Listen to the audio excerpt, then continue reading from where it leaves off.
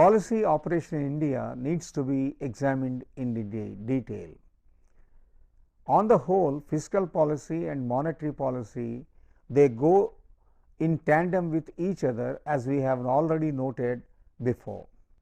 The policies are formulated and implemented to bring stability and growth, as we have noted before, and the most significant difference between the two is that fiscal policy is made by the finance minister of the government of the respective country, whereas the central bank, for example, in India it is RBI or Fed in United States or Bank of Japan in Japan, which create monetary policy.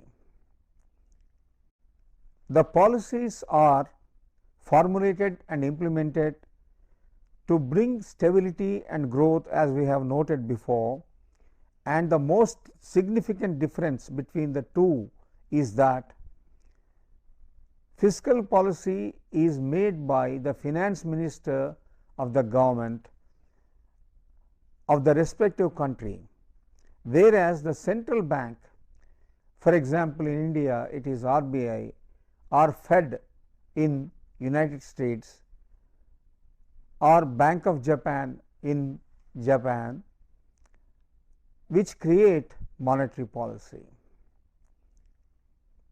The key instruments that are utilized for controlling inflation, cyclical fluctuations and stable economic growth in the long run are called as the ratio parameters determined by the Reserve Bank of India. Prior to 1991, when the economic reform process was initiated in this country, the basic goal of monetary policy was to neutralize the impact of large fiscal deficits of the government, to boost public sector investment for accelerating economic growth, which was large, and increase in government expenditure under various 5-year plans, which was financed by the borrowing by the government and deficit financing, which means monetization of budget deficit.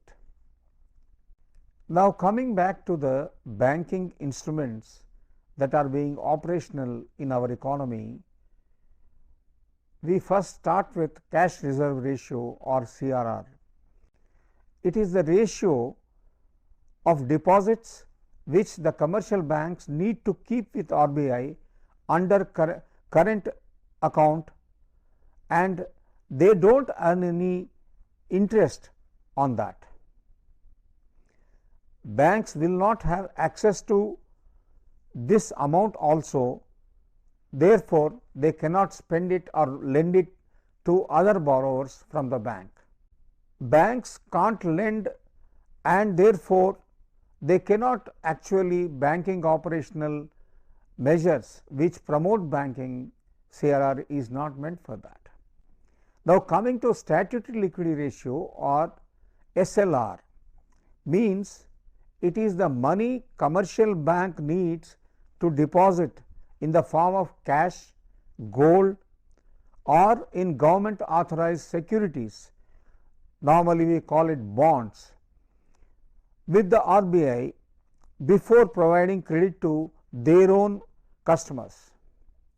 Suppose, let us assume as an example that there is 1,000 crores amount a bank has.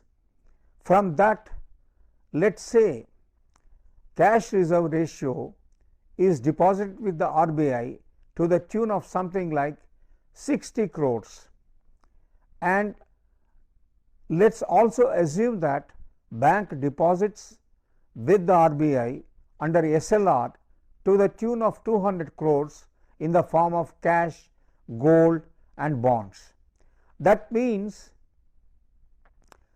from 1,000 crores, 260 crores are being deposited into the RBI. The remaining 840 crores that's available with a bank is for banking operations and business, which we call for the lending purposes, where they can have their regular income through interest rates and other. This is a very important process that we need to understand, because if the liquidity is available more with the banks, then they can do the operations more, and if the liquidity is more with the RBI, then obviously the market operations of the banks are minimized. Suppose, let us assume as an example that there is 1,000 crores amount a bank has. From that, let us say cash reserve ratio is deposited with the RBI to the tune of something like 60 crores, and let us also assume that bank deposits with the RBI under SLR to the tune of 200 crores in the form of cash, gold and bonds. That means from 1,000 crores, 260 crores are being deposited into the RBI. The remaining 840 crores that's available with a bank is for banking operations and business, which we call for the lending purposes, where they can have their regular income through interest rates and other. This is a very important process that we need to understand, because if the liquidity is available more with the banks, then they can do the operations more, and if the liquidity is more with the RBI, then obviously the market operations of the banks are minimized. Similarly, repo rate and reverse repo rate. Repo rate is the short form for repurchasing rate, and reverse repo rate is reverse purchasing rate. Repo rate refers to the loans from banks and other banks. The commercial banks are expected to keep certain amount of money at which the RBI lends money to commercial banks against the pledge of government securities whenever the banks are in need of funds to meet their day-to-day obligations. Generally, these loans are for a very short duration and simply for 2 weeks. Reverse repo rate is the rate of interest offered by RBI when the banks deposit their surplus funds with the RBI for short periods. This is normally not the general phenomenon that we observe in the market operations, because commercial banks are likely to earn more interest when they lend it to the customers in the commercial banking operations. That means when the market operations are in the slowdown and when the market economy is growing in slow way, then the commercial banks have no option but to deposit for a short period with the Reserve Bank of India their surplus funds, and where they get the interest rate decided by the central bank. This is called reverse repo rate. Repo rates and reverse repo rates also influence the FD interest rates of the common customers of banking operations. If repo rate is high, then obviously the interest rate that they have to give is also high. That means the available liquidity in the market is low. There is an inverse relationship between repo rate and liquidity of money, but there is a proportional relationship, that means directly proportional relationship between repo rate and interest rates. This actually decides the quantum of money supply available in the economy. Suppose if the quantum of money supply available in the economy is low, then the purchasing power available to the consumers and individual corporate sectors is very low. That results in a slowdown of the economy. If it continues continuously for 2 quarters, let me repeat, if the slowdown in the economy continues for 2 quarters, then the signs of slowdown are being sensed. And if the slowdown continues further 2 quarters, and then almost it propels into what we call stagnation. Once the economic stagnation continues for a longer duration, then it will result in recession, and further down it results in depression, which is very fatal to the Indian economy or any economy in the world, and therefore, recessions and depressions are to be avoided at any cost. Normally, our own government and the governments all over the world, they try to control supply of money, regulate, and then release the supply of money when they need, and then they try to counteract with the slowdown in these circumstances. A brief information. Now, it is important that we note the repo rate, reverse repo rate, CRR and SLR announced by the Reserve Bank of India in the month of August 2019. They are CRR 4%, SLR 19.5%, repo rate 5.4%, reverse repo rate 5.15%. How do we mobilize savings in the economy? Obviously, through public policy and providing incentives, so that public are geared to save some amount of their income earnings and apportion a part of the income earnings for savings. Apart from that, how do the government try to allocate resources? Well, the government tries to allocate resources through budgetary policy, which is an annual instrument, and in which the major part of resource mobilization in our country has been taxation. The tax revenue has two components, both indirect taxes, in which of course the recent GST is also included, and direct taxes, that is income tax, corporate tax and other things. Apart from these, they also resort to public savings, which is mobilized through reducing the government expenditure and increasing surpluses.